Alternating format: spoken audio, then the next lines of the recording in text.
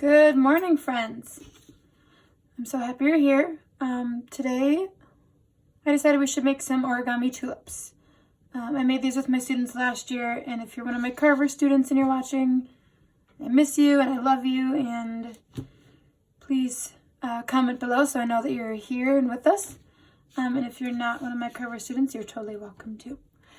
I just really miss my students, so this is for them. And yesterday I was outside getting some sun in my garden, and watching the tulips come up every day has been a really kind of nice part of the day, so I thought I would teach you how to make origami tulips. So we have a couple different types.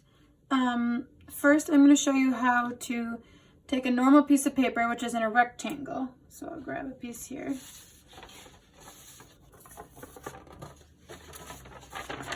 Okay, so I'm going to scoot this stuff over for later. We'll keep one little one so you can see. So for origami, you need to have a square piece of paper. This is a square. Let me move these for you. We'll keep this little guy.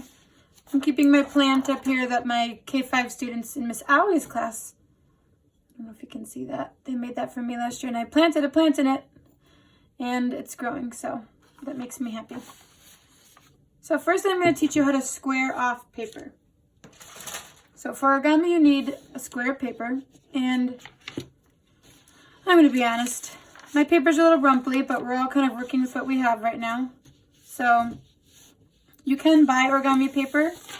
Origami paper comes in squares in different shapes. A lot of it does come from Japan. You can find it at local art stores or on Amazon. A lot of times it's white on one side and colored on the other side, so you can kind of keep track of your folding. And then the other thing is it's a little bit waxy. It's sort of like when you make the folds in it, it makes nice creases, and I'll show you later when we use this. And it also doesn't tear. So a lot of construction paper, if it's made out of the sort of the paper pulp, it kind of tears pretty easily. But origami paper is good because it folds a lot and doesn't tear. It's kind of almost like stretchy in a weird way. But normal copy paper does that too. So this is just colored copy paper. I really like Astro Brights, and they're actually a Wisconsin company, so I use them a lot. And you can actually use, I'll show you this later, but this is kind of a sneaky trick. So the inside of boring business envelopes oftentimes is a really cool pattern. So like here, you could get a perfect square out of that. But you don't just want to eyeball it and cut it. We actually have a system for folding to make it a perfect square. So you can find paper anywhere. Magazines make nice origami. So let's get started with that.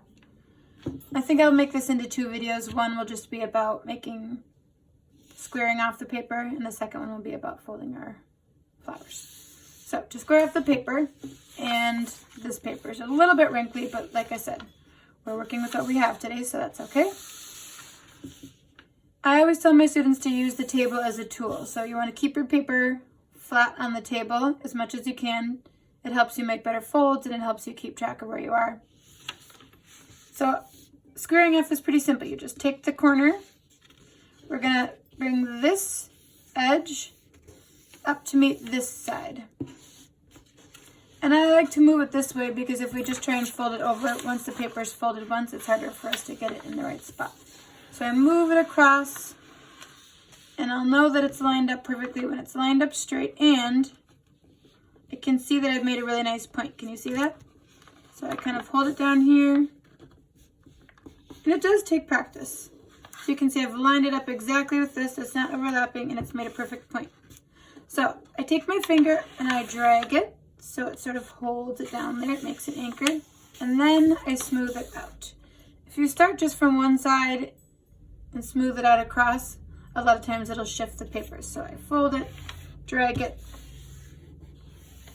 and then I make a really nice crease. You can use the side of your thumbnail. You can use, some people like to use the scissors, but I'm not an origami expert, but I've done this with my kids, so you can draw a line. Maybe I'll quickly do that just for today.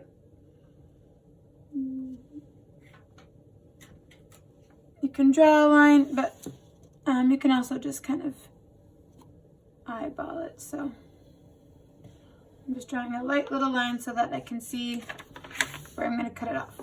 The nice thing about squaring off your paper is that then you're going to have this leftover, oops, then you'll have a leftover rectangle that you can square off again, so I can get a couple more squares out of this strip.